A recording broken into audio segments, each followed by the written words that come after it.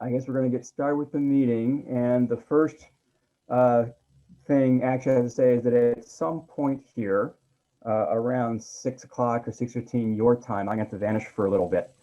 So you guys can carry on. And probably, Catherine, would you be willing to act as chair while I step out of the room for 5 or 10 minutes? Great, thank you. And I guess a full minute. So as you saw in the note I sent out, I'd like to add a topic to our agenda regarding discussion of the planning board and its interface with the zoning commission. So all right, if there are no objections, I want to place that as the first item on the agenda. And then from that, we'll move on to privilege of the floor. So that okay with everybody in the planning board? And it won't be a long discussion. So if those are tuned in for privilege of the floor, it's only going to put that off for I hope about 10 minutes at most or something like that. So, okay, so let's start with that. So Tim, I'm going to kick the ball over to you to say however you want to start this off. Happy New Year, everybody. It's nice to be meeting with you. I'm not sure if you heard, but last night the town board passed the comprehensive plan. So congratulations for all of your work. And we're really pleased about that. So now that the comprehensive plan has been approved, the board is responsible for following through on its recommendations. And one of the recommendations, of course, was to pursue approaches to land planning. And as you know, we had throughout the fall a task force on land use and economic development. And one of the things that the task force did as a result of extensive research, I'm not sure that I've told all of you about this, but I think everybody's probably aware that the task force met weekly for 4 months and did an awful lot of research, and the report is available on the town website as well with a summary of what was covered. But one of the recommendations that the task force made, which contingent on passage of the comprehensive plan, was the formation of a zoning commission in order to either pursue zoning or pursue consideration of zoning. New York State requires the establishment of a zoning commission, which is independent of the town board. And unlike the task force, I chair the task force, but the zoning commission, town board members should not be on the zoning commission, can be a liaison as I am with the planning board, but it should stop at that ideally. So one of the things that we then need to do is to constitute a zoning commission. And in last night we had a presentation by a Tompkins County planner, Joan. Mark, I always forget Joan's last name. Herkowicz. Herkowicz, that's right. Who came, and one of the things that Joan recommends is that, and it's recommended also by the state, is that the planning commission could be undertaken by the planning board. I mean, the zoning commission could be undertaken by the planning board, with the advantage, and the reason for that this would be advantageous is because it's the planning board that's most familiar with the comprehensive plan, articulated it, worked through it, did all the research for it.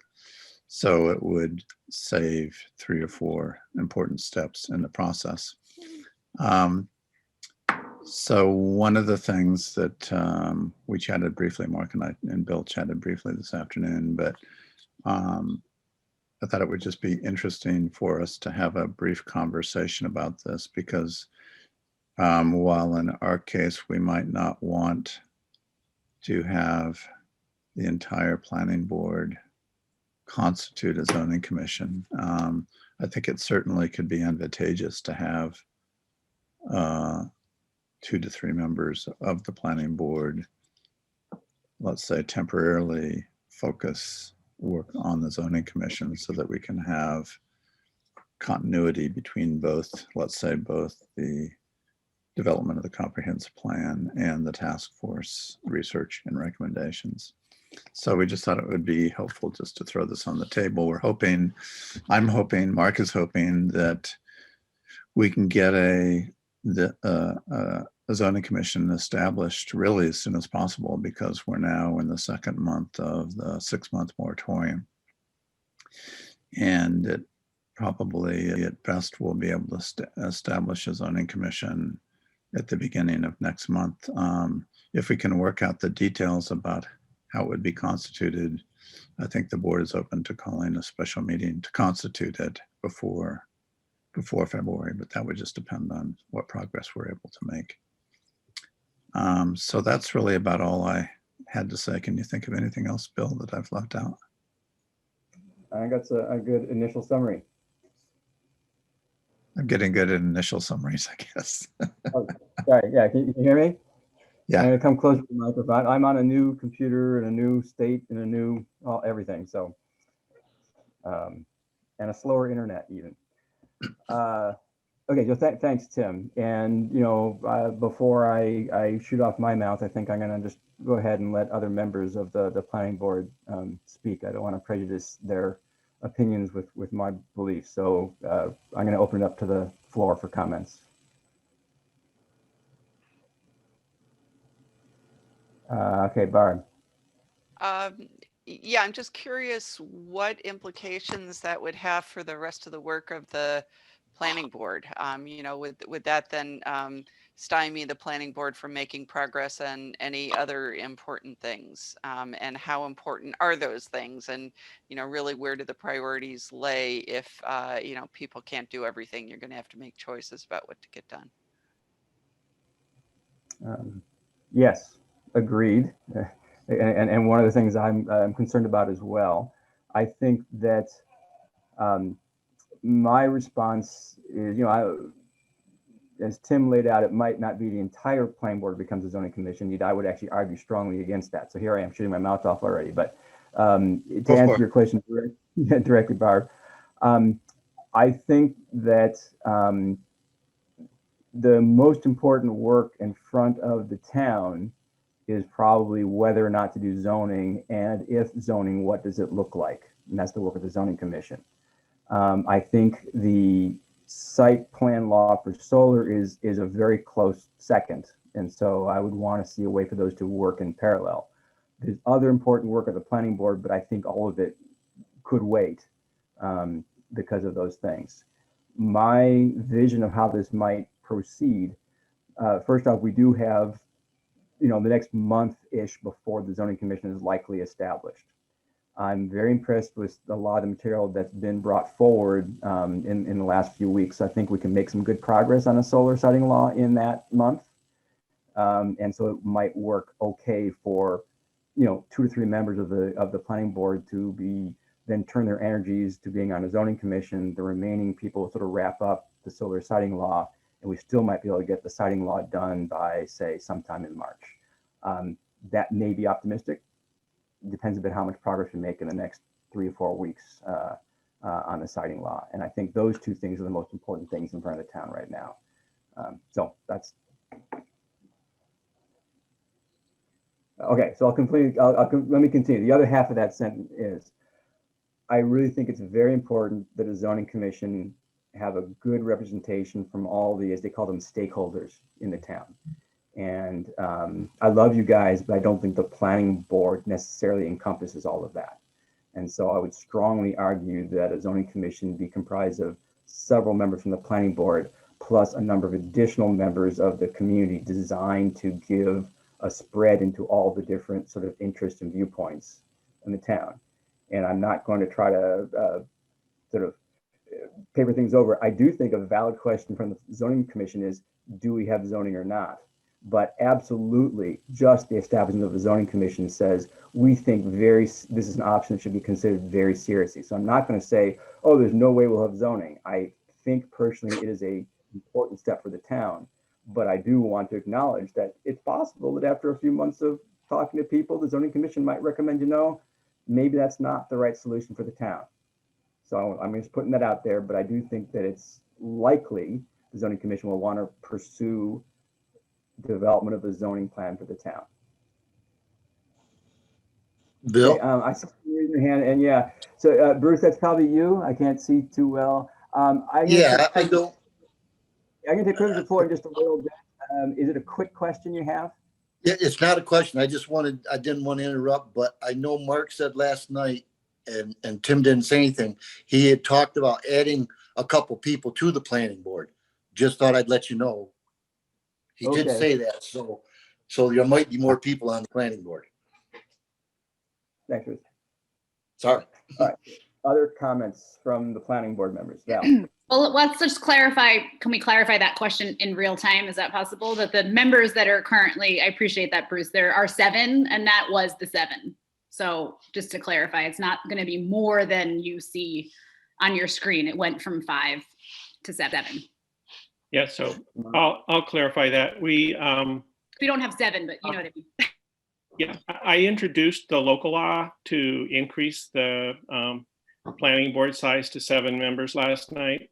So I think that's what Bruce is referring to. And so currently, I think we have 6 members assigned to the planning board. So there's capacity for 1 additional member. So.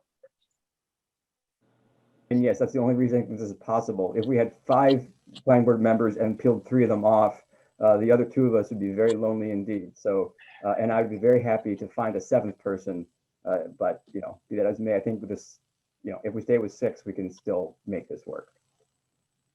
Val, were you going to say something? And then Yeah, I was going to say that I think I agree. I think that your point about other stakeholders is a very good one. And should there be, I mean, obviously, first of all, the whole point is that it's a very complicated question, this zoning thing, because again, it's not a switch, it's a dial in terms of how detailed a zoning plan or any plan of that sort might get. And it could be very broad strokes. That's why the implementation, I think, of any kind of zoning, with the next step would involve undoubtedly the involvement of a zoning appeals board, which would be something that is before site plan, any of those other kind of review things would happen. And so it's quite possible that we look at the development of this committee as including some people who might potentially also be able to feed into further zoning committees and that sort of situation. Clarify, Mark and Tim, any thought that the zoning appeals board would be the review board? I just think it's premature to be concerned with that right now. You know, I think these are things that would just need to be worked out along the way. They're almost always separate. Yeah. Yeah. I mean, because we do not have a traditional planning board, one could well imagine that is a possibility of serving that role. Most planning boards are zoning appeal boards in most cases. So it just depends. I mean, I'm not too worried personally about that right now. I think we have bigger issues to All right, Michelle, what do you want to say? other than the micromanagement. Well, I just had a question, I guess, about the charge of the zoning commission. I kind of wonder about leaving it up in the air because I feel like that's something, it could be divisive and they could be unable to come to a decision about whether there should be zoning. Well, Michelle, I mean, the reality is this is framed by state law. So the state law will help guide us in relationship to the charge of a zoning commission. Okay. But otherwise, I agree. I think there should be all different stakeholders, which I guess is, but then without an overall charge, I just wonder, I just feel like there's a chance that things could just get deadlocked. But Mark has expert opinion. I'll let you chime in and then we'll go on if anybody else in the planning board wants to say something. Not expert opinion, but I'll just offer that from my reading of the document, the adopting zoning for the first time document from the Department of State, The zoning commission, whether it would be, I get what everyone's saying tonight. I agree with all of the concerns and deliberations, but so if whether you assigned it to the planning board and then a town did that, and then or you established a separate zoning commission, which the Department of State document says for that commission, there should be at least one member from the planning board. So in either case, the work of that zoning commission is to reach out to the community, to stakeholders in the community. So that's the part of the process where there needs to be a full discussion in the community that's promulgated by the zoning commission. But Val may have more insight into that from his professional experience or others, but that's what I gathered from that document. And I appreciate that, Mark, about the fact, of course, their job is to seek out public input. I just know that the reality is folks will feel that their interests are better met and that they got a good, fair hearing if one of their, compatriots is on the zoning commission. So I think that would probably be the best way for our community to go forward. Yes, it'd be helpful to know what you have in mind in the way of diversity. That's kind of an amorphous concept. Do you mean different parts of town and different uses already of land? Maybe? Yeah, so that would be up to the town board. If you ask me, yeah, I'm sort of thinking more uses of land. Like, I certainly think someone who has some background experience in agriculture in the town would be a great person to have. Someone who, is currently owns or operates or otherwise involved in, a retail store in the town would be great because of some insight on commercial development and interests. And obviously some continuing members from the planning board who understand some of the concerns that were brought forward about overall guidance of the town. And then I'd love to see, beyond that, I'm not sure whether it should be how to characterize it. I would leave a lot of the town board to fill in a few of the other holes. Maybe it would be some geographic diversity. Let's make sure we've got someone from 3 or 4 corners of the town. Not a bad plan.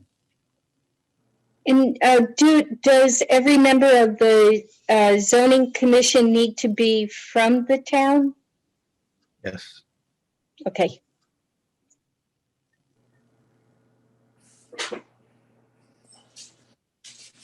Answer the planning board. They need to be residents of the town. Okay, not just a Current landowner in the town. Okay. Right. All right. Okay, so this is obviously not a decision, but I just wanted the time to learn where the town board was coming from and us to sort of give our thoughts. I like I say, I'm basically not willing to have the planning board be the zoning commission. I think that would derail work we're doing, and I think not best serve the town. But obviously, it's not necessarily my final say. I think that we have a rough agreement on those outlines, but we're gonna perhaps get some feedback from some of the residents present here tonight on some of their thoughts. So, and it's again, the decisions of town boards, not the planning boards, how this goes forward. So are you guys ready to move on to privilege of the floor? Or anybody else have something they want to say about this? Thanks everybody for hearing this out. It's really helpful. Okay, so I'm going to open this up for privilege of the floor. And if you're on such an enabled device, you should be able to raise your hand there under the participants panel. And I believe it's possible for a phone number to do that, but I no longer remember the keystrokes to do that. And if someone does, all right, I see Don Barber. And so I will recognize Don, and then let me see what happens here. I have to tell you to,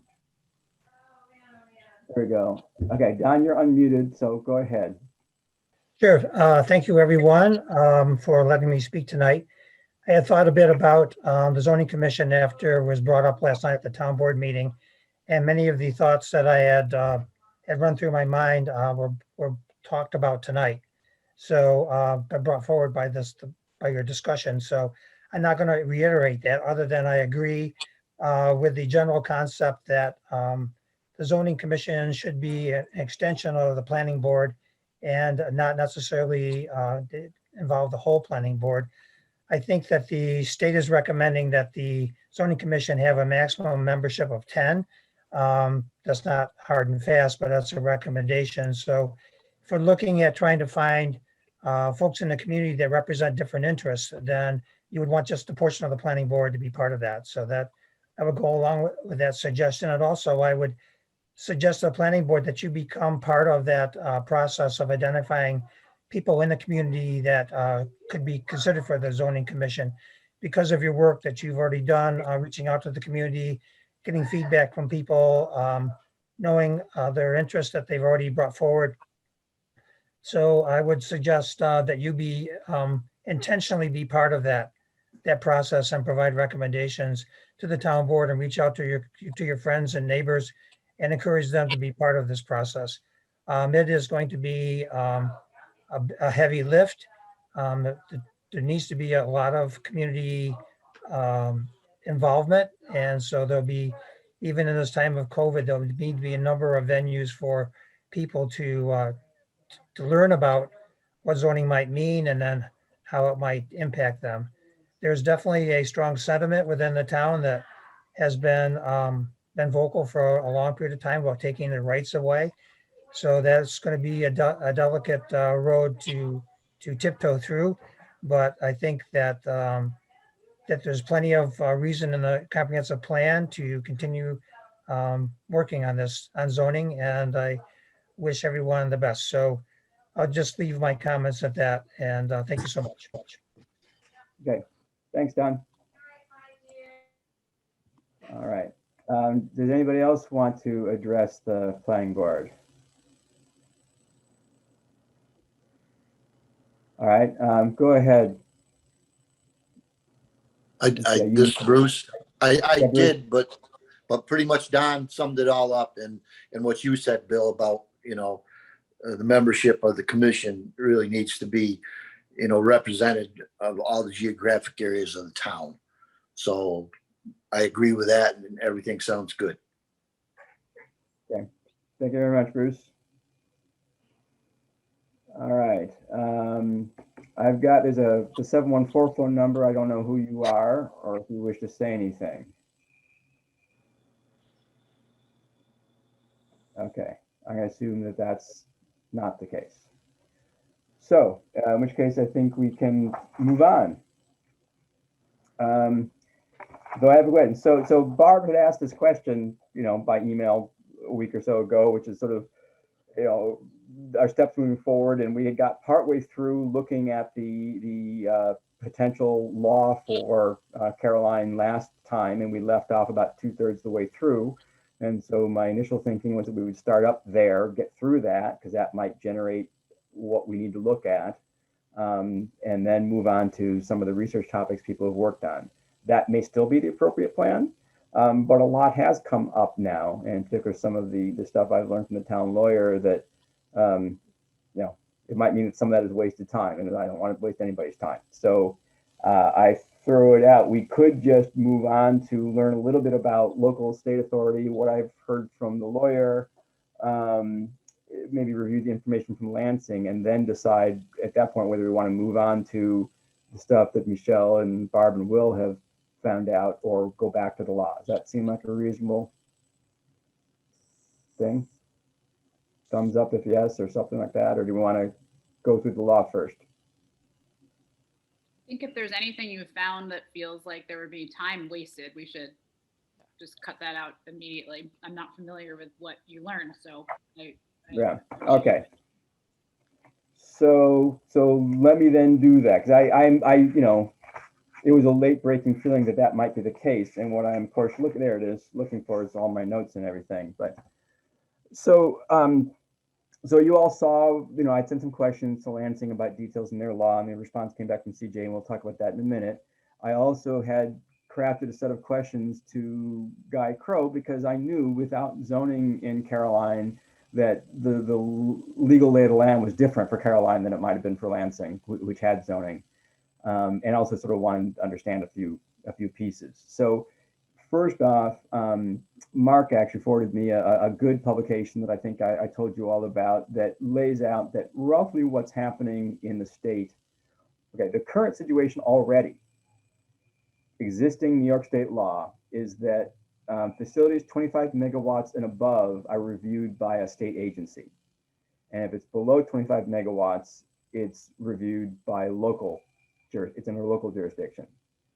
The proposed revision, there's a law was passed a year ago that has some new regulations going into effect. And one of the things that does is creates a new state agency to review large projects, but it also gives the choice between 20 and 25 megawatts, whether the developer goes for the state review or for local review.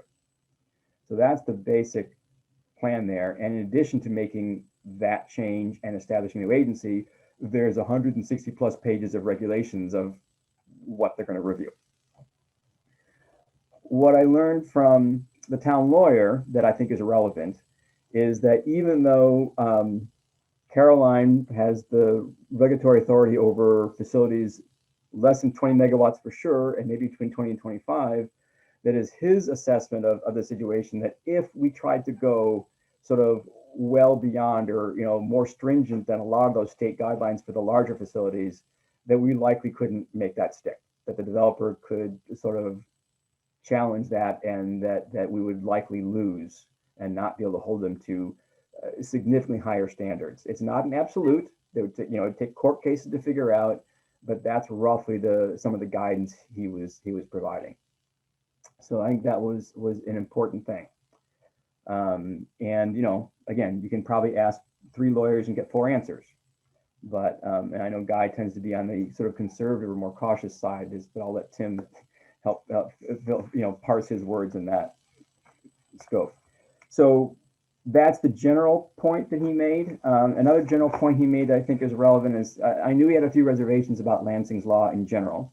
And I sort of said, well, what's all that about?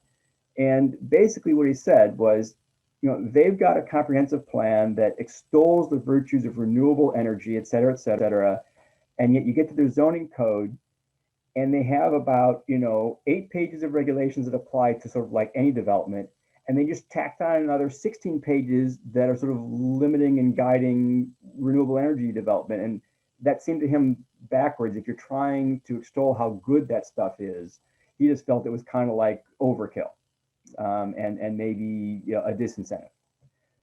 There, I think I disagree a bit with him, because if you look at our comprehensive plan, which also extols the value and virtue of renewable energy, et cetera, it also extols the value and virtue of agricultural production in the town and of maintaining open space.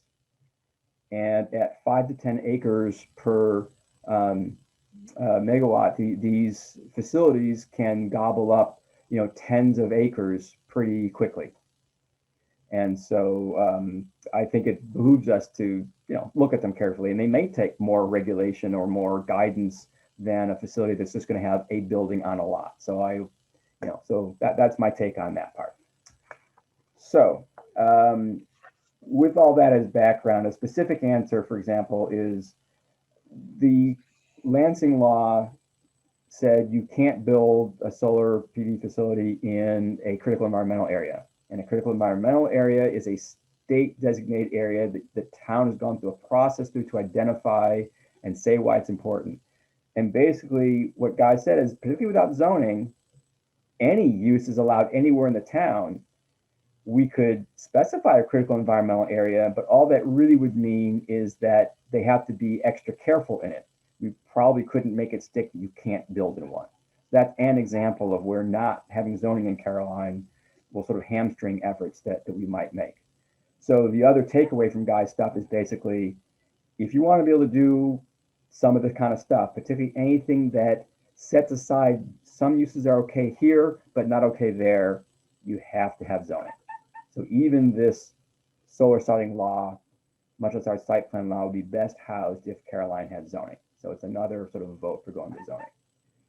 So in sum, what I'm seeing, because Michelle and Barb and Will have all definitely pulled up some really good stuff out of a lot of the state regulations, is if we take our basic law, and because again, the stuff at the state level only applies to the really big things, but put those same sort of words in our site plan law, our solar siting law, we'll be in pretty good shape. The state is actually, we're lucky. New York State, they've actually done some pretty good work there. This isn't, I don't want to, I used to live in North Carolina. I can say this isn't North Carolina. Okay. It's or Wyoming or whatever. So I think there's some really good guidance from the state that we could adopt into our law and not reinvent the wheel and not risk the, being thrown out of court. So that's my assessment of where we're at right now, and why I wanted to say this before we got to looking at the details of the law, that, well, okay, maybe that's not as important right now. Yeah, I think that's all I have to say about the legal picture. Any questions or comments or thoughts on that before we move quickly on to CJ stuff, which is actually not that helpful, but. Yeah.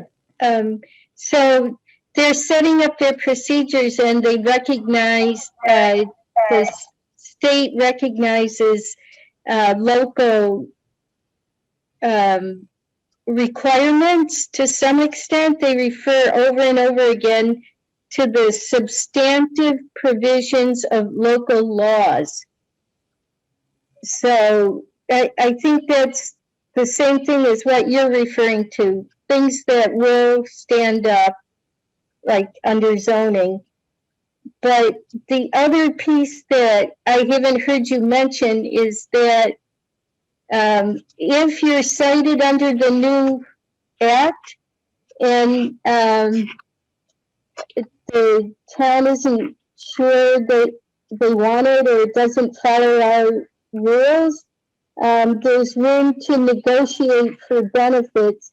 And those benefits, I believe, can include, doing things to create some positive effect in the town. So, I mean, it's the old, plant trees if you're going to take trees down kind of approach, but it's also, there's provisions for lower electric rates for everybody in town, things like that. So even if they shoot down our siting law, maybe having what we want in it provides a framework for being able to say, well, what kind of benefits are you going to offer, because you're not upholding these provisions. I guess that's a question for Guy. Yes, and I guess I want to make sure I'm clear on this. So, Will, I mean, some of that language might be even when they're citing 25 or 30 or 40 megawatt plants, that they should pay attention to the extent practicable of local intent as demonstrated in the zoning law. And I think that's correct. But what I'm more worried about, because where our siting law has been applied to, is those 25 megawatt and below facilities, in which I think they are supposed to pay attention to what we do as long as it's not too unreasonable.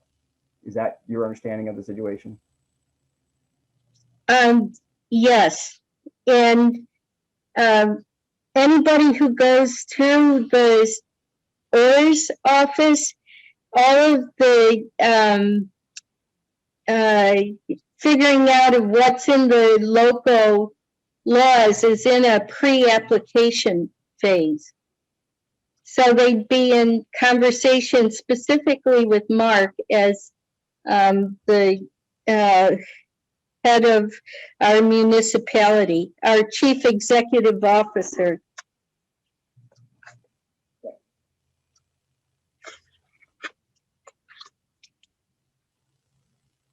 Any other comments? I have a general question, but I'm not sure if it feels like too derailing, then let me know. I have like a general curiosity about how, I know we all want to make the law very local, right? Like we want it to be our law in our town and what makes sense in our town. And I feel like there's all sorts of different ways to go. Like Joan alluded to this with zoning. It might be easy to take someone else's law and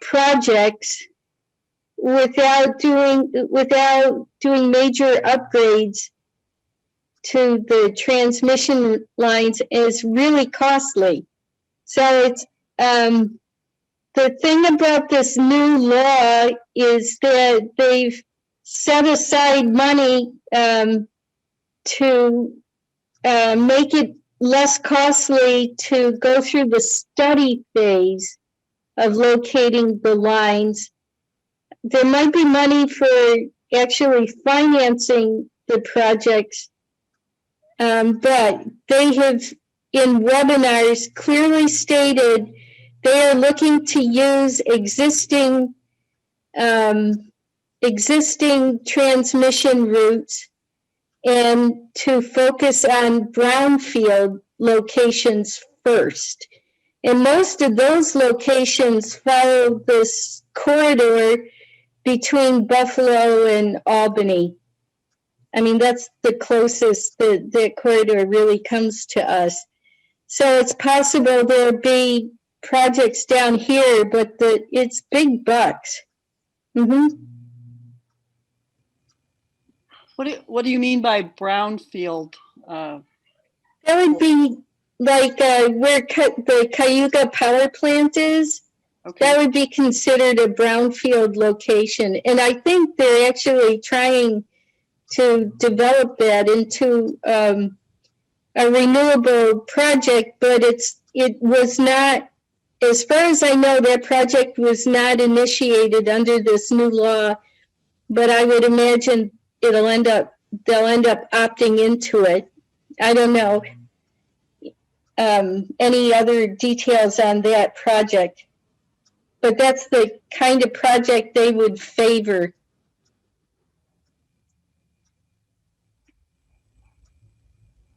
So communities can put forth a project they want to have happen, and they'll consider it, but it's not high on their priority list.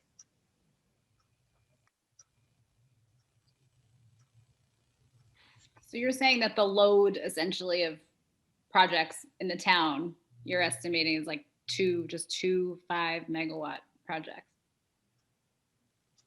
Am I understanding that correctly? Or is that something that would be split up, that it could be far less and have more?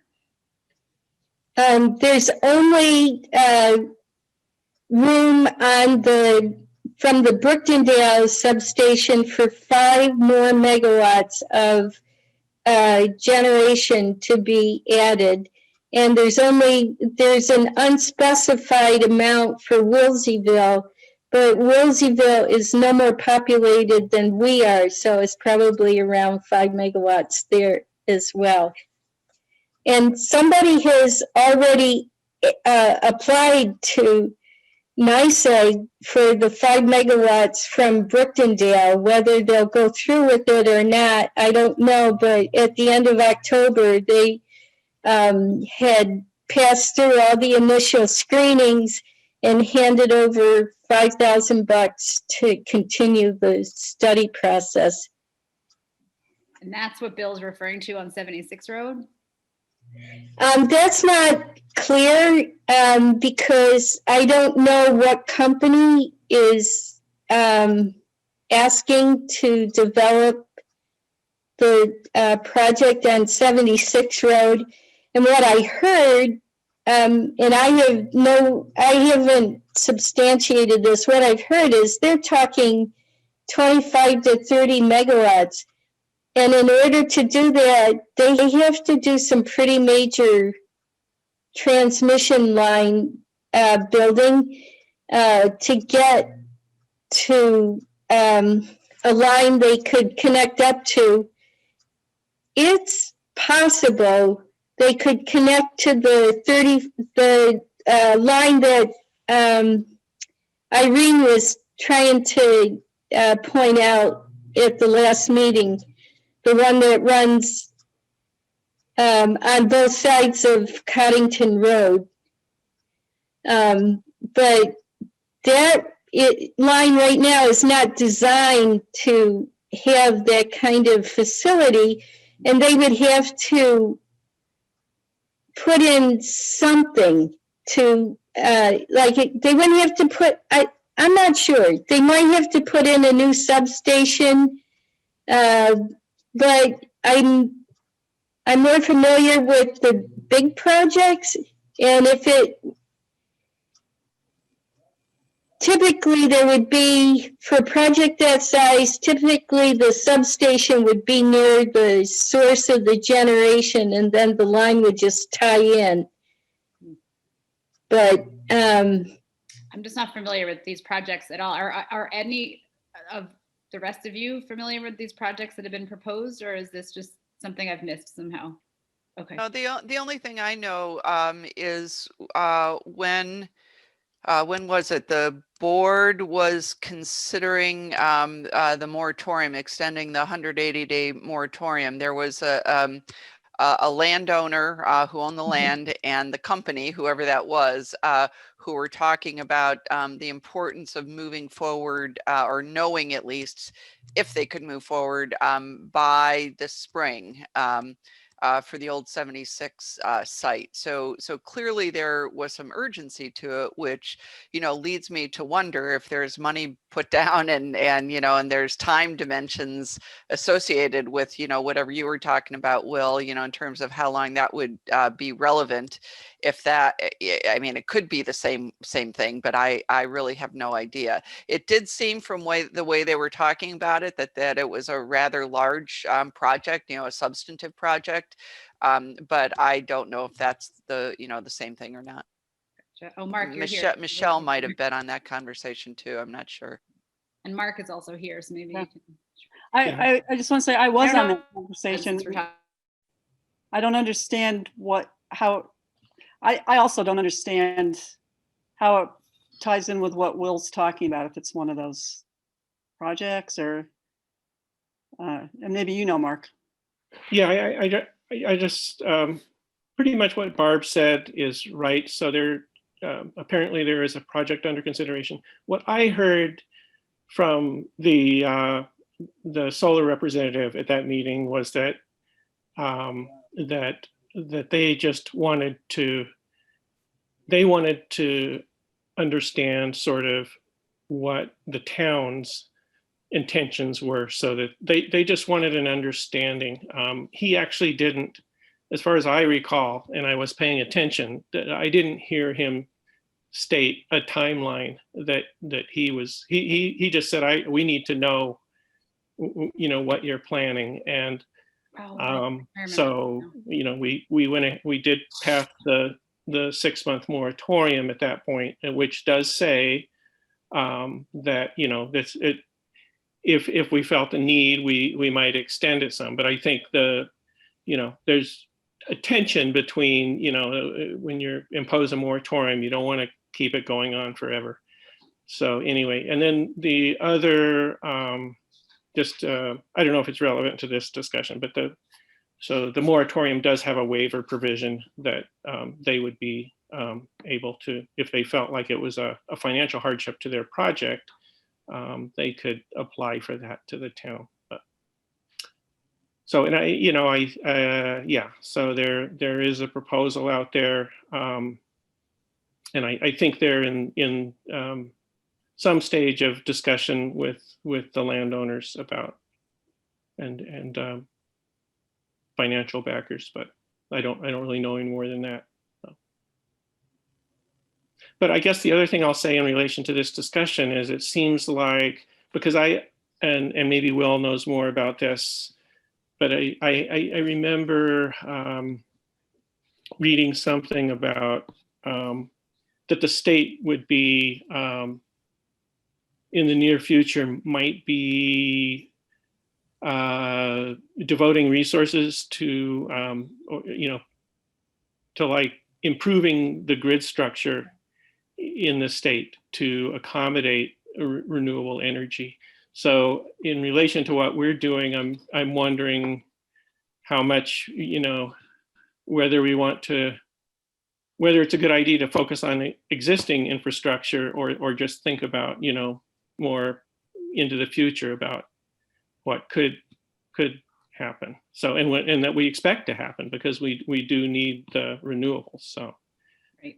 I guess that's a much better way of expressing what I had, my question earlier of like, what's our capacity now? What's our anticipated capacity? And then what does the law really need to look like? I mean, because I think it's. I don't think we should restrict ourselves to what the current capacity is, because we know nobody is going to, especially if there's a profit motive involved in the thing, and nobody's going to be constrained by that. And undoubtedly, the future capacities are going to always increase one way or the other. And also, we shouldn't assume that that anything that's developed is being done for a Caroline market. Well, that's part of the law. I mean, maybe that's a good transition to Barb, because I think you had a lot of good information about that. Sure. I can talk about the some of the things that I reviewed. So essentially, what I tried to put together was to excerpt ideas primarily from the form that NYSERDA requires from a developer, so that NYSERDA can file a notice of intent with Ag and Markets, NYSDEM, on behalf of the project developer or the project sponsor. So that's where there's a lot of detail. And so, it would seem to me that if a proposer needs to be preparing this information anyway to NYSERDA, that from an interest standpoint, it's not really providing that much more of a bureaucratic burden to the sponsor to also have to provide that information to the town. So so the town's not being like heavy-handed in requiring this level of detail or this scope of information. So that was kind of a guiding thing, a kind of a guiding philosophy. And so what I did then was to take a look at the information that the NYSERDA form requires, and then and kind of think about that in the context of a town, what a town would want to know or benefit from knowing. And then also looking at Department of Ag and Markets, the NYSDEM guidelines, which go into a great level of detail, like this is the specific hammer size that you have to use to hammer this particular size screw. So that's like way too detailed for what we need to include in a town law. But there were some higher level ideas or principles from the NYSDEM guidelines that I also included in this list. And so essentially what I tried to do was to summarize that kind of in the type of language that would appear in a local law. So, things like requiring the project contact information, the description of the proposed action, in a fair amount of detail, talking about what changes they would be making to the land, what parcels would be affected, specifying what kind of maps would be required, and the kinds of things that need to be shown on maps, like where the utility lines are that they would be going into, where the fence lines would be, all of that sort of stuff. Talking about the impact to agricultural lands, especially prime agricultural lands, both in terms of short-term and long-term effects. So short-term being associated with the kind of construction process itself, but then long-term impacts being what's going to be happening, as the facility operates for 30 years. And then also including information about decommissioning in there. I also thought it was interesting that the NYSERDA form and NYSDEM talk about mitigation measures. So asking a project developer to talk about how they're going to mitigate negative impacts, have them talk about why this site, what other sites in the area that they considered and why they rejected those and why they're settling here, would it just kind of give the town, some information to work with. As I said, the decommissioning plan, how that would play out. The other piece I think that came out of the readings that I did was some definitions about affected areas. So thinking about how you in a legal sense define affected areas. And then also thinking about what I was interested to read, that the NISDAM guidelines require an environmental monitor be incorporated into the project, whether the environmental monitor is somebody who's hired as a consultant or is a person who actually, works for the sponsor, like, part of their firm. An environmental monitor in the NISDAM guidelines has very specific, roles and responsibilities that they have to do. And if the environmental monitor, says that X needs to be done, but the sponsor says, no, I'm sorry, we can't do X, they can't just say that. They have to say why they can't and what they're going to do instead.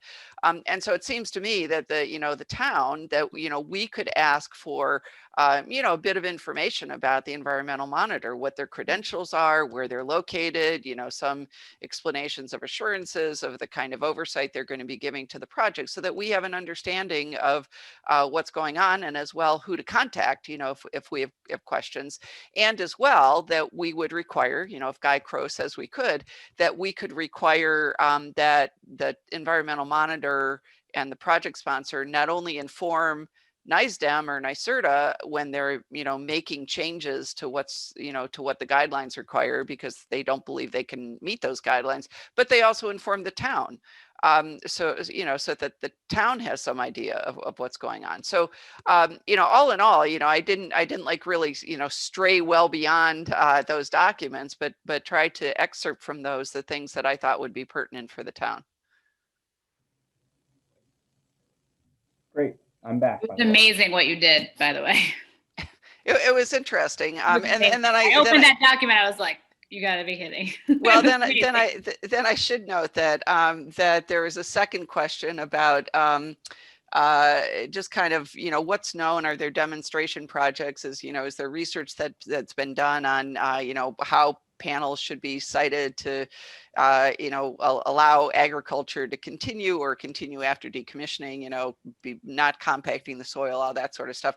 So there is a bunch of literature out there on things like agrivoltaics and other kinds of impacts. So the one that's most promising to me, which I just included a list of links in case anybody else wants to read them, but I still have to read these in detail. But there was a cooperative extension project in Massachusetts that seemed to be, perhaps might have some particularly insightful information for the town of Caroline. Other things are, like just different, different kinds of microclimates than what Caroline has. So it might not be pertinent. But anyway, there's some interesting work out there.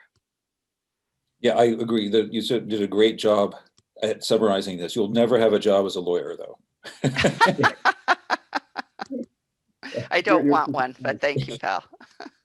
I mean, the one link that I had read, I commented in the Google Doc or whatever, was that I thought was relevant to our town, is that ag land isn't necessarily, or the land that's prime ag soil is not necessarily being farmed, and the reverse, right, is true. And I just thought, gosh, that's exactly where we are with even the comprehensive plan and zoning and like preserving prime soil. But if it happens to be on Route 79, it's like there's very limited action that anyone could take to preserve land just because the soil is worth preserving, so I just thought that was really interesting. Yeah. Well, I think also to speak to what Will was saying earlier, that I think a lot of the companies are looking specifically at brownfield type developments, because already there is a question of whether it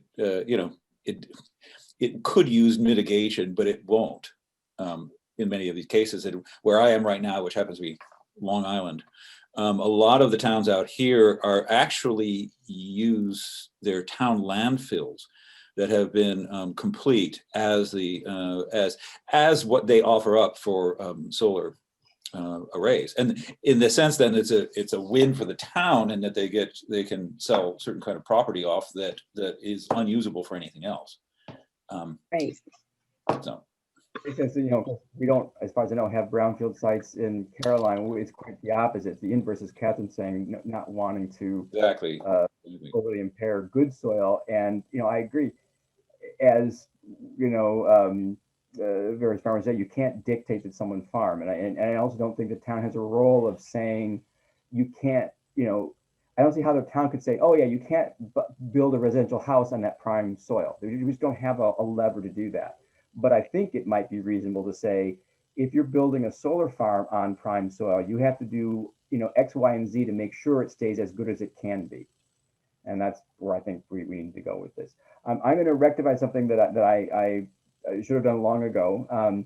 Jonathan Comstock has joined us, and as I have written several times, is also very interested in this and helping and look at some stuff, and it has some overlap with Barb. I know he has expressed interest in some of the same topics. So my apologies, Jonathan, for the late introduction, but why don't you just say hi and anything you want to say about yourself briefly to the committee. And then I don't know if there was something in what you've looked at with other town laws, this discussion, or anything else you've looked at, and then we'll go on to Michelle, and I think Will had some other stuff where we're at the evening. Yeah, well, thanks everybody. It's a pleasure to be here and with such a dynamic group. Yeah, I want to offer my input, a little bit more energy, especially if the board is splitting itself into two pieces to do zoning, and the board, this is something that is near and dear to me, so I'd be happy to put energy into it. And I recently retired from Solar Tompkins, so I've got a little bit of time, although I'm not trying to recommit all the time I just freed up, but some of it. And so, yeah, I did read through the trial one, the draft of the law, and I only saw a few minor points. You know, I'm very intrigued with the grazing and some of those issues. I mean, it seems to me, especially if it's not the very best soil in the town to begin with, it could come out, it could end up being a better soil after 20 years of perennial pasture, no soil disruption, and grazing animals. So, right. I think it's not just, how can we stop the harm, but it might actually, if we did it right, it might actually be a benefit for future uses. Great. And just to follow on that, one of the specific questions I asked the town lawyer was, could we, for example, say, no, you can't use herbicides, you have to use animal mowing or sheep or something. And basically, in terms of any specific practices, that you could try, but the answer is probably no. If the agency with the actual siting authority determines such regulations burdensome, unnecessary, or unreasonable, they will be discarded and overwritten. But basically, he said, just make our regulations mirror the ORI's regulations as close as possible, including taking a close look at avoidance and mitigation measures. But I think that does not exclude language that says the town has a preference for, grazing and mechanical, and, would prefer not to see herbicides or something. So. One other thing that caught my eye, this is just a minor detail, but that same section talked about decompressing the soil, and if in fact the soil is in good condition, that would be a terrible thing to do. You're talking about tilling and, breaking up the soil to depth. And it would undo everything you'd gained over 20 years of grazing to do that if it was unnecessary. I mean, certainly you want to identify areas where they put in a substation and the ground is really trashed, but you wouldn't want a blanket statement that every inch of the solar farm, if it was decommissioned, needed to go through these land treatments, soil treatments. That's a really good point. Yeah, land has to be, as appropriate, I guess would be the sort of thing, where appropriate. All right. Other stuff you want to mention now, Jonathan? No, that's fine. I'm just sort of, I thought I would have done more by now, but between the the state of our country and other personal things, I just didn't get much done over the last couple of weeks. But Well, between you and Bruce, we've now rounded out the planning board and the zoning commission. Like we're good. Right. No pressure to either of you, but Bruce and I are neighbors. sweet. Yeah, that's right. Up on the hill there, Bald Hill. Let's see. Maybe Michelle, you pulled up. You poked into some of the ORI's regulations and stuff on species and birds and bats and everything. What do you want to relay? I mean, to the board as a whole. I guess I'm not really. I haven't come to any conclusions except for reading those ORI's regulations. You know, I read the comments that the NRDC and Sierra Club made, and it seems like if they've already incorporated these comments in these regulations, I don't see why we should reinvent the wheel and make different ones. It seems like we might as well just adopt the ones that the state's using. But I'm really add anything in because of, I mean, you know, you can Sierra Club could comment and the state could say we don't care. So do you know if they incorporate? Yeah, I haven't. I don't think I need more time to really read the stuff more carefully. I guess this isn't natural to me. I have to read this stuff a lot to really understand what the heck's going on. But I'm really curious. I'm just saying this, you know, without any background. I'm just curious about the whole thing about grassland birds and how much habitat they need and whether or not these solar installations disrupt them at all. And I haven't had time to look at that, but I just as a small thing, you know, I just have this 5-acre field, and years ago I wrote to the Cayuga Bird Club and I said, hey, what should I do with this 5-acre field? Can I bring back bobolinks or something? And they said, nope, it's not big enough. You need at least. And so I just don't know how you know, these installations would interfere with that kind of thing, and I just need to read about it, I think. But okay. But I don't see how we can sort of come up with different guidelines than the state. I just don't think, I don't have the expertise. I don't know who, you know. Agreed. I think that we, and again, legally and expertise-wise, we probably can't, though. And I apologize, I forgot to forward some stuff to you from John Confer, who did address. Oh, right, yeah. So, I mean, right. I mean, so the amount of area is species specific, bobolinks being one of the larger areas that they basically need grassland and not seeing trees nearby. Whereas bluebirds are pretty happy with a 3 or 4 acre field. It just depends. Yeah. And I think that in the end, again, the town has little authority to say you've got to maintain X amount of open acres, because frankly, if the landowner just left it for 10 years, it would become shrub, and left it another 20 years, it would become trees. And it takes active maintenance to maintain a grassland. What I think I took away from John's stuff is, to the extent possible, one might suggest to a developer, could you site this on the, you know, if you happen to have a 200-acre grass field because it's been mowed and hayed all these years, and you're going to put a 50-acre development on it, could you situate it in the corner rather than the middle, because and in a way to maximize the contiguous area of grassland? But all that could be, I think, is an advisement or a guidance or a, you know, developing guideline as opposed to an absolute. I don't know if we have any way to dictate that. That's my take. It's something different. Have there been studies done yet? Do they know, do these installations disrupt nesting or not? Or are there a few years where it's disrupted and then they come back? Or, because I could see they could offer some protection, you know, on a certain level.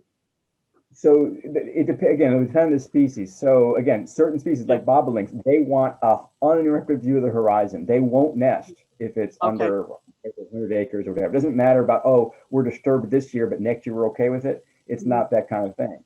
Yeah. You know, but other species aren't as bothered by that sort of stuff. And so it might not be an issue. Like John was mentioning that, you know, there's examples of like, this is prior conversation, you know, turkeys want to come out of the woods into a shrubby area often to feed. That's why you'll see them in the edge of a cornfield or whatever. They probably aren't bothered by solar panels so much if they can hunt and peck and eat around the base of them.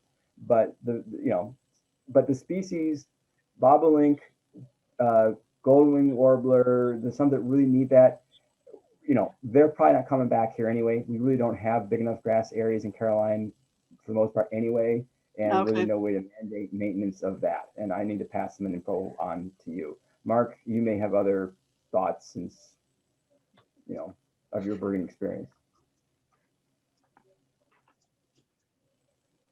Mark, you want to say anything? You're muted. Mark, you're still muted. Okay.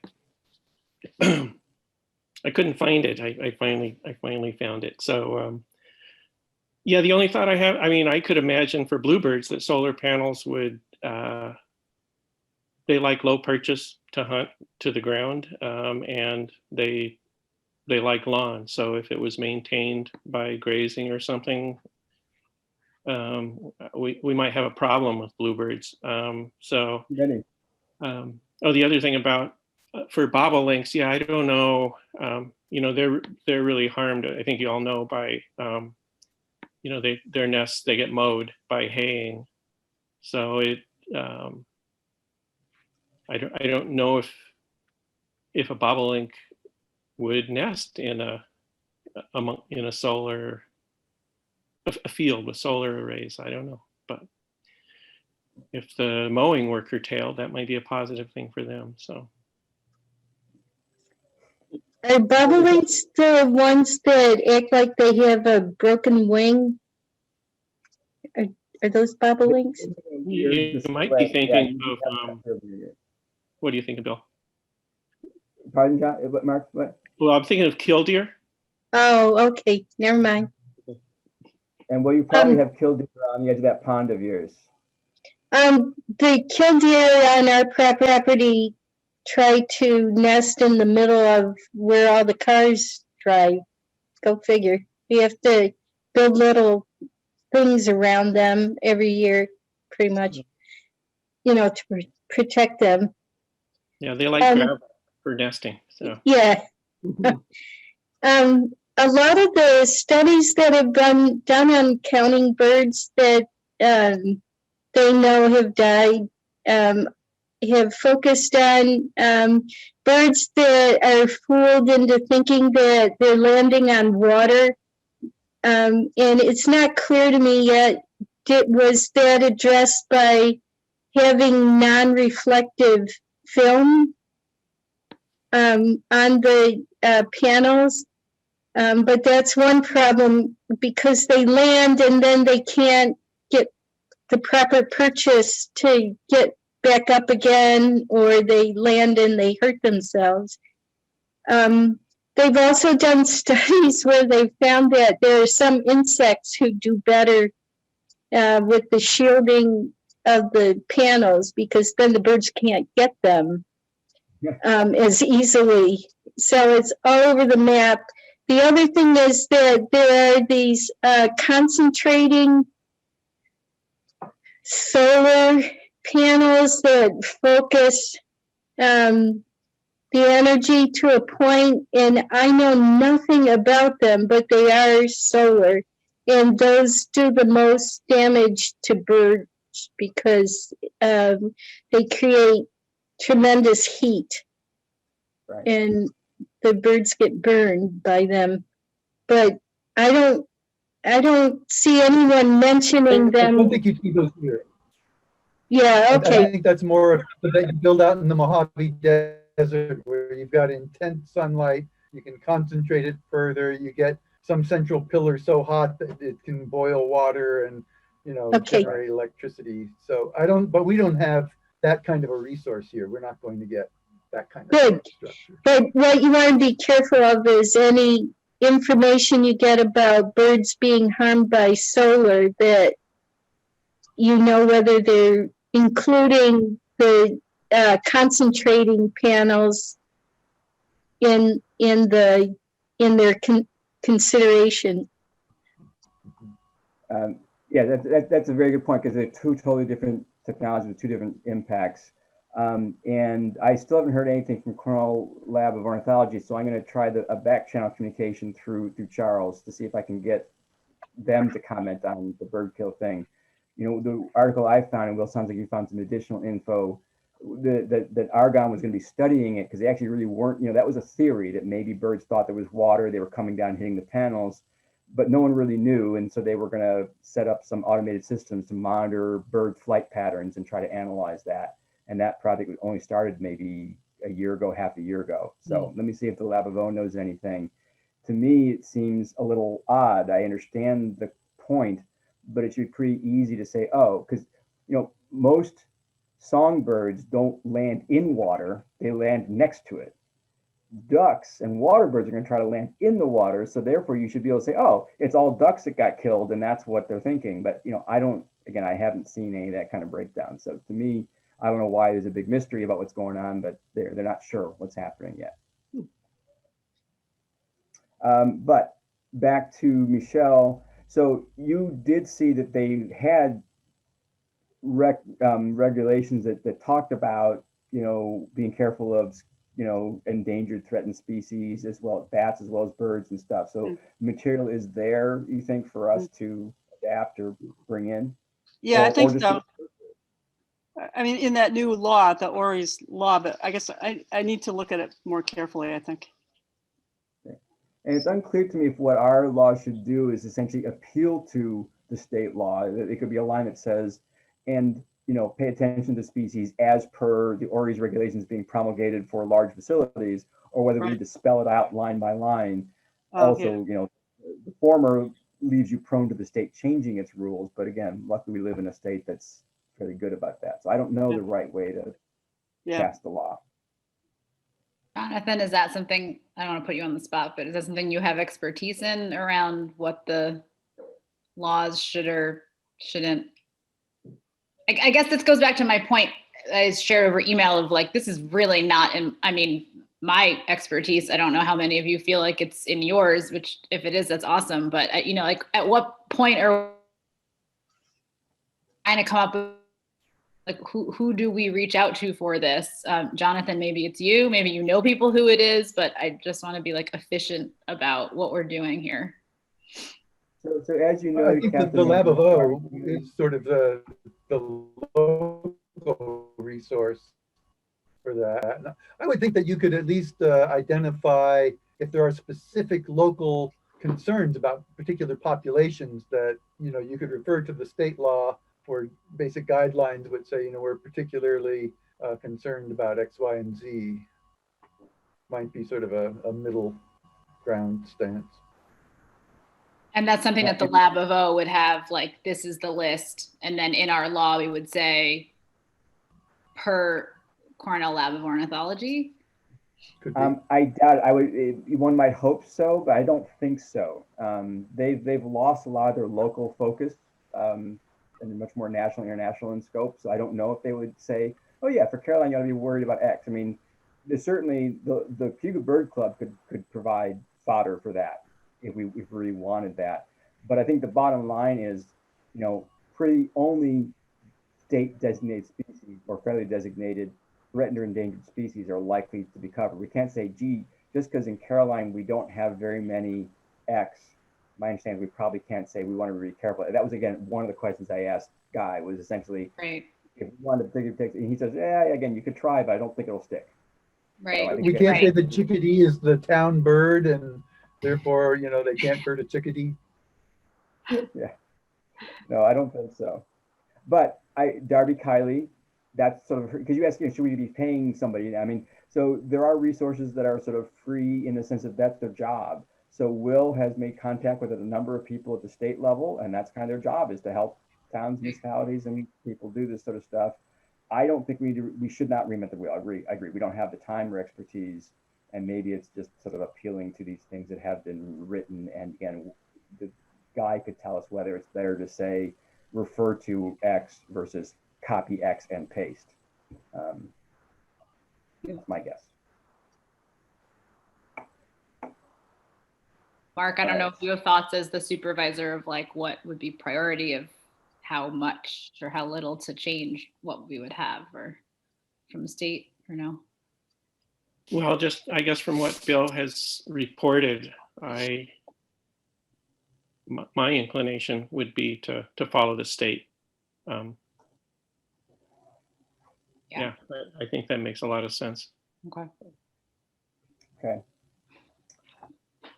All right. Other- So I have Yeah, a well, yeah. question then, because the state did publish their proposed, their draft rules for reviewing a site plan. It's, yeah, it doesn't have a title, it just has a legal reference. But it was published their proposed review plan, or review process, and it is very long. But it covers so many of the topics people have been looking at. Do you want me to upload it to Google Docs and then people can just do a Control F type of find to see how they are addressing areas that you're looking into? Is that useful? What do you guys think? I mean, either people have to find it on their own on the ORI's site, or I guess you're saying you take a copy of it. Is it a PDF, Will? Is it a what? A PDF? What form is it in? I think it is a PDF.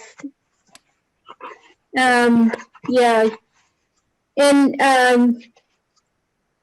will label it according to when it was drafted.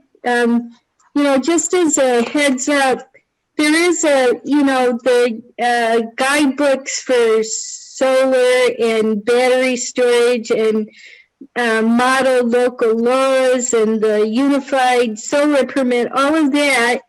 But what's tricky is keeping track of which version you have. So a lot of things have been updated since Lansing wrote their law, including the unified solar permit.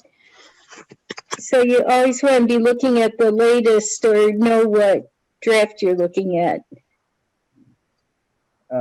Agreed. And in terms of the ORI's regulations, they're, I assume, going through their review process of public comment now, and then are going to be publishing the final regs at some point. Does anybody know the timetable for that?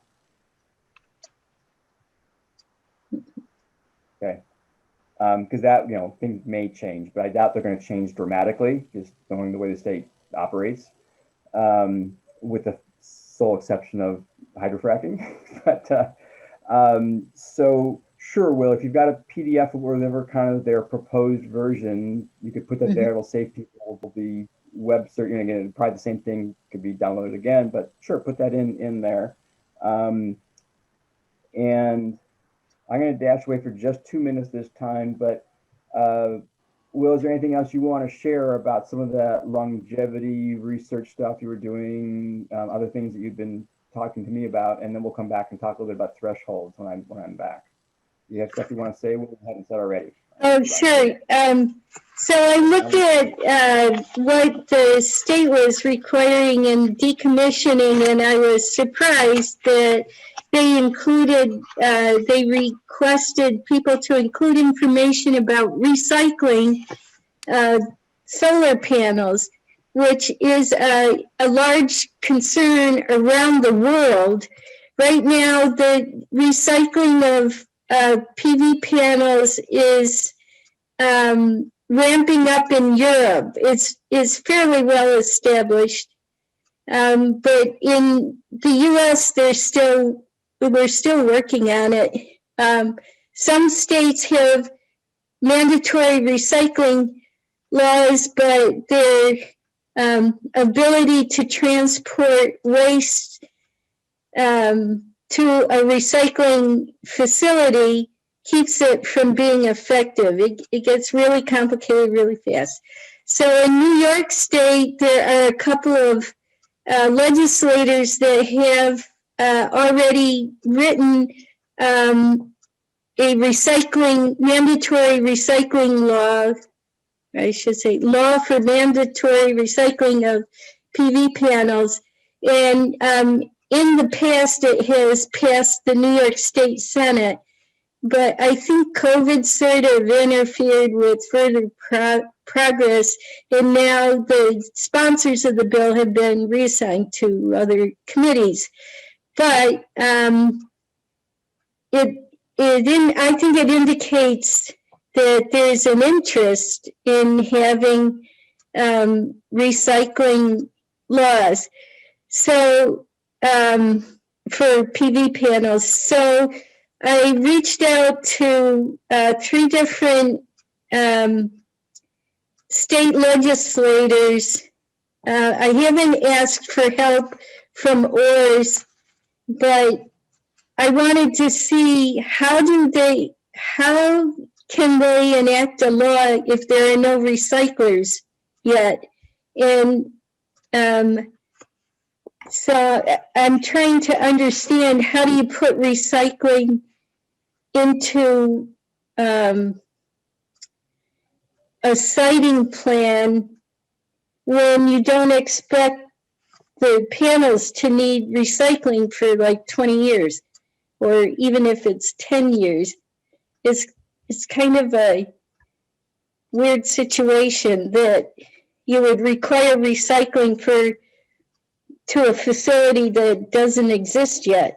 So I don't know, maybe they're just putting the hooks in there for when that part of the industry gets going. So right now, as far as I know, panels go to landfills. For places where they do recycling, they're able to do 95 to up to even 99%. And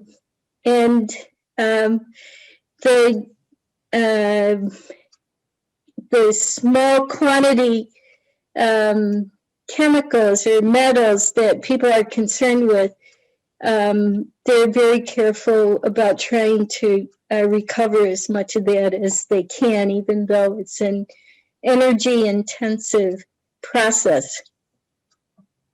So that's what I'm looking into, just to see if that is something that should go into our requirements for a decommissioning plan. Okay. And Will and I've had some conversations about this, and I want to take comment from other planning board members. You know, I'm obviously very happy for things to be recycled. I don't know whether the town really has the ability to require recycling. We have from the public safety standpoint, if it's in the town of Caroline, we have authority to say, things that can or can't happen. But all we can maybe say is, you got to take these bad things away from here. I don't know if we can insist that they be recycled versus landfill, much as I would prefer that they were recycled. Maybe that's a question for the town lawyer. I do agree, though, that at least the decommissioning plan should have a line in it that says, what are your plans for recycling? Because, that makes the developer think about it. And perhaps if we had 2 competing plans, we'd choose the one that said they would recycle. But anyway, so that's my 2 cents on that. Anybody else want to comment? It seems as though if the state develops its own mandatory thing, that will supersede anything we say anyway. Right. And chances, the point is to get some sort of language or something in there at the time that these things were installed.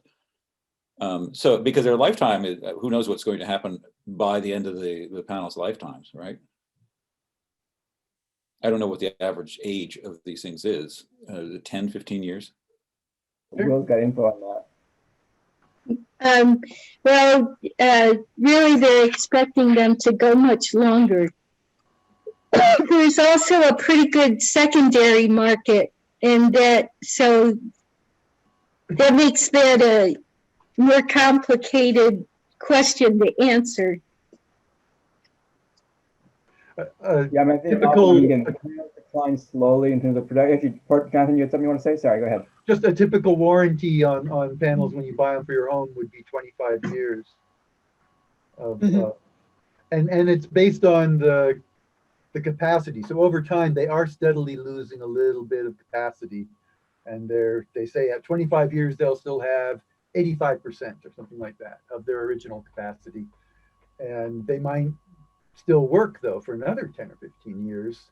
I don't know where the, as technology gets better and as those are degrading, I don't know where the inflection point is for a commercial operation to say, hey, it's time to, repanel this whole farm. But Well, the energy price that an owner would get for the energy produced from the panels is really the biggest question mark. It's very volatile and very uncertain for the coming 10 years. There's no definite trend because it's all in the markets, which are controlled by FERC. So that's the hardest piece to figure out for anybody. Will and I had some conversations about this. For a commercial developer, it's a very complex question of, if they've had to borrow money to do stuff and what are the energy markets going to look like and all the decline in production versus what, and so they have a huge thing they got to worry about. For most of us, yeah, I agree with you, John. It's like, 20, 30 years. That's how long I'll keep my panels and then I'll worry about it. Mm-hmm. My main concern in raising the question actually is, and I'm probably unanswerable, what is the risk the developer comes in and 2 or 3 years down the road suddenly either goes bust or realizes, this just isn't worth it and abandons the facility. But as long as we have a robust decommissioning program, it's probably not really my, I'd hate to do it just for a few years, but it's not really my ground to worry about it if they think it's worth it, as long as they take it all away when they're done. Well, I guess I'm with Val with this. I mean, I was going to say something similar. Like, maybe I shouldn't assume anything, but if it's a commercial project, then part of the permitting is that at completion, whatever the language is, at completion of the project, no matter the time, the project be decommissioned with current state law, at the time of whatever the decommissioning. And can we just then throw in, if we wanted to do anything above and beyond that, then I guess that's the question of whether we want to, but it doesn't seem like beyond, in accordance with current state law at the time of the event, there's really nothing else we can do, unless I'm missing something here. Now, the state spells it out for the large projects. The state spells it out for them to put money down, and that money gets split among the state and whatever other authorities, including the municipality, so that the decommissioning can be complete. And there's a regular review, something like every 3 years, maybe, a regular review to update the cost of decommissioning. Right. But I guess what I'm saying is don't all know. we're talking about is commercial projects. I mean, we put up our solar, we're like, what's going to happen when it's done? And they said, we don't know, we'll sell it to you for $1. I mean, that literally, that's what they say, because they don't know. Well, can the town hold on to money to, they can give you an estimate for what it should cost to get rid of everything. Can the town hold on to money for that? Yes, I mean, in particular, we're considering community solar to be commercial, but yes, the law that we have on the table has a decommissioning section that has an escrow fund in it. Again, it's taken from Lansing's law. Absolutely, the town can and should ask for some money to be set aside so that they don't abandon it without decommissioning. And yes, and it has a periodic review in it. And, it's upped due to inflation and, there's language to that effect. And absolutely that needs to be in there. But I agree with Catherine's statement, basically, I think, again, state and federal law are going to designate, they dictate what actually happens to the components. I think the town, probably can't. And there's no reason to do more than appeal to that it be done lawfully. And that what we need to make sure is that the money's available to do it lawfully.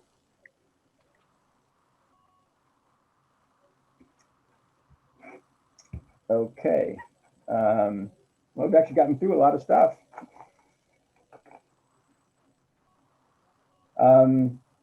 Okay, so are we at the stage where you guys all read what CJ Randall sent. I don't know if there's anything in there folks want to ask about or discuss as a board. Anyone to make Next time, not this time. Yeah, maybe next time. Okay. Yeah, I mean, a couple times she sort of, because she was so in this whole thing of the ORI's regulations, she took my questions more along the lines of that rather than I was saying, what happened? What went down in Lansing 9 months ago? And I didn't get that answer. So I'll try to get maybe to someone on the actual Lansing Planning Board. So I just want to, I was more interested in the questions that were not answered than the questions that were answered. Yeah, exactly. So, and I did. One thing is that there are articles from the Lansing Star about regrets that people in Lansing are having about their solar siting law. If you want to Google them, you can get some, you might get some insight. I see them, I haven't read them all. Okay, yeah, I have not either, so I think that's a good idea. I did neglect to ask her why they had only a farm exemption, so I'm just going to throw this out. Again, I think I said before, my suggestion would be that any residential system, whether it's a farm or a residence that's producing 110% or less of the energy used on the property, other than maybe a building permit, is exempt from further review. I don't need to review everyone's rooftop solar, and I don't think that really, again, fits with Caroline's sensibilities. Do people agree with that? And I'll just say that we have we adopted the unified solar permit as part of our clean energy communities thing. So we have a simple permitting process in place. I don't know if you realize, but if you don't qualify under the unified permit, there's nothing on our books to make you do anything more than a standard permit. So you would, I think yeah. So that maybe is a decent segue minor. into some, in terms of the language in the Lansing law that was brought into ours. It has some things in terms of like square footage, and Will's been working on that some. It makes a lot more sense to use power ratings and such. So I believe the unified solar permit applies to 25 kilowatt and below systems. If you're above that, you can't get a unified solar permit. And I know this because Will told me that today. So see, I'm so smart. And I think that's fine. I think that's a moderate size system. It's bigger than almost any residence here is going to have, but it's not outrageous. And anything above that is going to have a more detailed site plan review. So that seems fair to me. The real question is at the very lower end. Lansing had like 150 square foot limit, where below that you didn't have to do anything, any kind of real permit. And Will and I had a brief conversation about that today. You're trying to figure out what the lower number should be. Should it be a kilowatt or what? And she raised some good points about, well, some people use a bunch of solar panels to run their electric fence, and we certainly wouldn't want to capture that, right?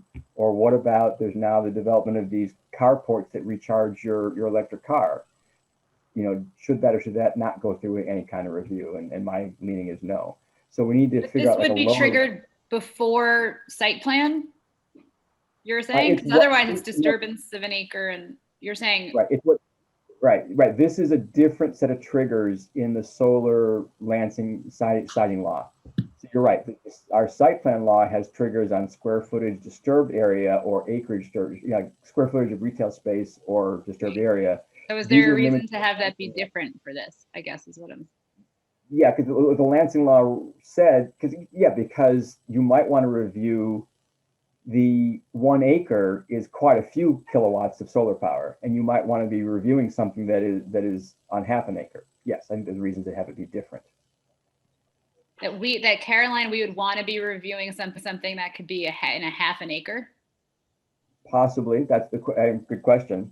I guess just I'm really asking that thinking- question because that sounds, I guess, off the top to me, I mean, a little bit much. I don't think it needs to go through site plan review at some point. Again, I think if it qualifies for unified siting, great, which means 25 kilowatts or less, because they have requirements there about getting a building permit and these approvals, having the fire people look at it, et cetera. So that's great. Right. If you don't qualify for that and are putting in a 20 kilowatt system, the question is, what, if any, review should there be? That's one question. And then your question is, okay, well, yeah, what's the sort of lower size? And I don't have a good answer for you.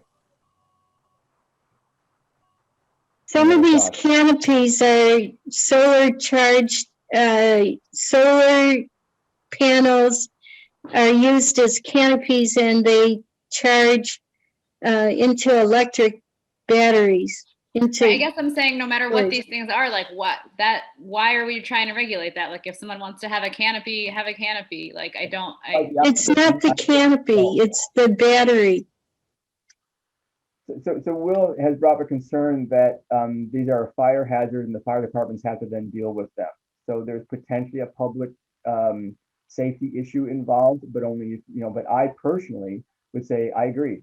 Those sort of standalone things that don't plug into the grid, et cetera, would seem to me to be sort of automatically exempt. Though that's the question. If they have battery storage, do we have a different criteria for them? But I don't want to be regulating a canopy that someone's using to charge the car. I don't want to be regulating panels that are set up to charge an electric fence. So I want to know what. I mean, I don't want to be regulating people's batteries either. If there's like a public health risk, then I guess I'd want to know more about that. And then I would hope that the authorities beyond us would say, this bank of batteries is not safe and therefore you can't even have it. I mean, I guess it's getting into territory I think is like a little much. I agree with that, but let's hear other folks. Yeah, I don't disagree with anything you've said. And I'm still trying to get more information. Fire code covers batteries by not just size, but type. And there are some types of batteries that it's really important for your fire department to know you have on your land, because if they catch on fire, they can't be extinguished. They have to just run their course. It's something that wasn't evident until a year ago, and then there were all these emergency updates to the fire code. So I have like this piece of information, this piece, but I don't have enough information to really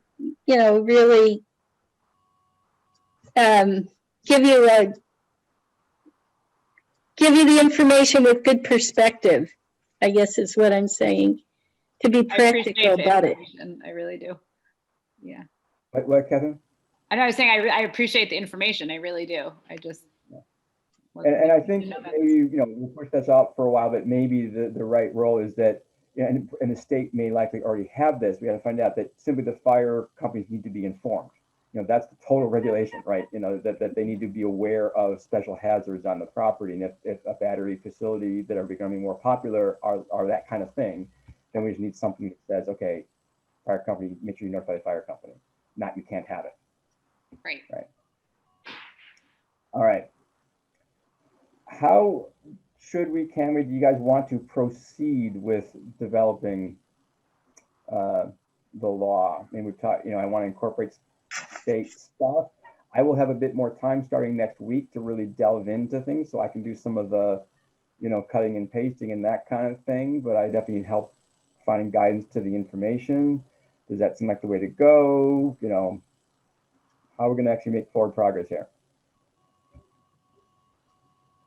Perhaps a draft or whatever it is could be put up on the Google Docs, and then people could deal with the sections that they're most aware of. I'm afraid, though, I have to go right now. Okay. But I think everybody's done such an amazing job here. I'm really impressed. More about solar stuff than anybody at the moment that I ever imagined, and more about bobolinks. Okay, well, thanks, Val. Okay. Yeah, we're going to wrap up in Okay. 5 or 10 minutes there. So thanks for staying this long. I know it's tough for you. So sure, it could be put in Google Docs, and you know, I can make a first cut at throwing some stuff in there, but then as people continue their hunting and poking and stuff, you can put things in that. In particular, I'm wondering about what to say about species, but the ag stuff looks pretty ready to go in with. And again, I think we need to discuss more deeply some of the questions Barb raised about what do we want to do about the environmental monitor and that kind of stuff. But we should think about that between now and the next meeting. People okay with that as a way to make a first pass at moving forward? Seems reasonable. Okay. Yes, Michelle. Are you going to forward the stuff from John Confer or put it up there or something? Well, yeah, I have to find, you know, because I have to go find that email. So yes, Okay. and I can get out to everybody, but definitely I'll make sure it gets to you. So I'm gonna Okay. I'm putting Confer in big letters here. Okay. And I started, yeah, I realize this is a common, place for documents. I started highlighting some things in yellow in those comments from the Sierra Club people, just for myself. But I'll go back and kind of summarize what I'm thinking later. Okay. Okay. Sorry. Great. Next question. So we are nominally in our once a month meeting plan again. And so the next meeting is in early February, whatever that date is. We can sort of stick with that. And if we don't make enough progress on the draft between now and then, I would want to, float the potential of having an extra meeting in February to try to get a little further on it. Does that make sense? Or does it make more sense to try to put a meeting 2 weeks from now to force us to make some progress? What do you guys suggest?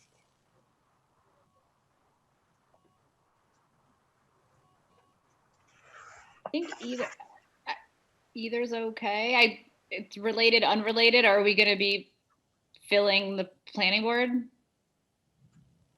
So either And the zoning then- commission, Having what? we might filling the planning board. Well, I mean, we have an additional seat. Right, that Bruce had. Oh, there's that, and then there's I mean, I guess moving forward, it just seems good to have some sort of a strategic plan for what's the timeline for all these different things, and like a month is kind of. So as far as the planning board vacancy goes, that's, if anyone applies, I certainly hope the town board interviews them right away and gets them plugged in. I'm not at this point like hunting and just kicking any old body out. But if any of you know someone, I mean, I did already gently twist Jonathan's arm, but he's deferred momentarily. But if any of you know someone that you think would be good, please encourage them to apply. I think we have to see what the town board does, but yeah, so Kat, I think, right. I think likely we're going to lose 2 or 3 people from deep participation on this come February. And so getting stuff done between now and early February is probably important. But it's also okay to do that work offline. It was a debate about how much do you do stuff as a group in a meeting and how much do you count on people to do independent research. And I don't want to waste people's time in a meeting, but we do have to have some times when we get together and talk about things. So would it be more beneficial to have independent research time and try to put a full law together between now and early February is my question, versus trying to meet intermediately before that? And I really don't know the answer. So I guess I would suggest, Bill, if you really do think that next week you can get that draft law up on Google Docs, and if we then can commit to between, let's say you put it up the 19th or 20th, which is Tuesday or Wednesday of next week, if then we can commit in the following week, which would take us to January 26th or 27th, to comment on it, or to add things or make our changes to it, then we could talk about it on the 28th, and decide, are we on track, or do we need to rethink or regroup, or assign different research questions or whatever. But I'm a little bit concerned about if this body is drawn upon to kind of split ourselves in half and give people away to the zoning commission, you know, it seems to me that we should make good use of the next month, which would include having another time in that next month for us to talk. I would, though, just ask that it not be a 2-hour meeting. I agree. You know, I think if it's a shorter scheduled meeting time, that forces us to be, you know, more prepared and more focused on what it is that we want to be accomplishing in that, you know, say 1-hour time. Okay. Excellent suggestion. That sound okay, folks? I agree with all that. Yeah. Okay. And yeah, I think I agree. I think like a 1 hour, let's get through this sort of thing is a good idea. I knew we had a lot of disparate things, and then the zoning stuff got thrown into our meeting today, so I knew it was going to be 2 hours. I think it's a great idea for town board meetings too. Yeah, which are, Right. well, anyway, you want to hold them to 2 hours, I think, is probably your first goal, and then you can get down to an hour. So what I will tell you realistically is probably it'll be Wednesday night of next week is when I would probably have something that had enough additional language in it to be worth looking at. Because I'll need Tuesday and Wednesday to work on it. I won't get a lot done between now and then. But if with those 2 days, I have a lot of time in those days, I should be able to get something substantial done. But keep sending me stuff. You know, you guys have been great about either sending me questions or info that you've pulled up or stuff. So keep putting it in the research questions, keep emailing it to me. That's really, really helpful for me to have all that support information. So, Great. okay, so that's great. So tentatively, we will meet 2 weeks from today. I will schedule that. That will have a different, so in general, our second Thursday of the month meetings will all have the same Zoom link, etc. But that'll be a special meeting, so it'll have a different Zoom link info. Then I'll always send it out every time anyway. But that's just the mechanics of Zoom. So does this Okay. effectively mean then that we're not talking about the zoning situation until like, that's my only worry about this is, like, let's just be clear on what we're doing, because the town board's going to move forward with this other stuff, and it, like, I don't know. I don't think that, I think the town board should move forward and appoint a zoning commission. And the only thing we would have to do, as I see it, is decide which of our members are able and willing to serve on the zoning commission. And we could take that up 2 weeks from now as part of the meeting, you know, or offline, or at that early February meeting. And it depends in part when the town board wants to actually appoint people. But that's my take. I don't think we're going to discuss zoning in committee. It's just, okay, who's going to shift from focusing on solar siting and instead going to work on zoning. And I will tell you, whoever does that, yeah, don't worry, that's your job. You're not going to be tasked with doing a lot of other stuff for the planning board. I think that the zoning commission is a top priority, and that would be, those people would be the zoning folks, and everybody else would keep working on this and whatever else comes up. Is that clear enough, Catherine? Or Yeah, and then just to be clear, then that the zoning commission would have a different and separate schedule of meetings. You're not going to be going Jones, you know, way of saying the planning board is the zoning commission. I do not want that zoning commission coming anywhere near second Thursdays of the month. I think it should be meeting separately. Yeah. I guess I'll, I'm not muted, am I? No, you're good. Okay, so yeah, I agree with all that. And so we are feeling, a necessity to move forward on the zoning commission. And as you can tell from the discussion tonight, the exact form is still to be determined. So I think, I guess it would be maybe, discussion amongst yourselves about who has the most interest in doing that might be helpful. I will either ask who has interest, or we'll draw straws. Which reflects the landscape for interest. Or I mean, this is early. Yeah.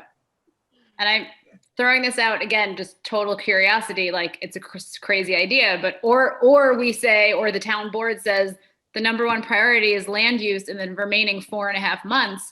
The solar siting law is tabled and everyone in this room right now is focusing on zoning. Like, if that could be a directive, and then that is our obligation to fulfill that. I mean, That's correct. And actually, yeah, so that's that's true. And that's kind of what Joan was recommending. But it's not really what I was hearing tonight, as far as the consensus.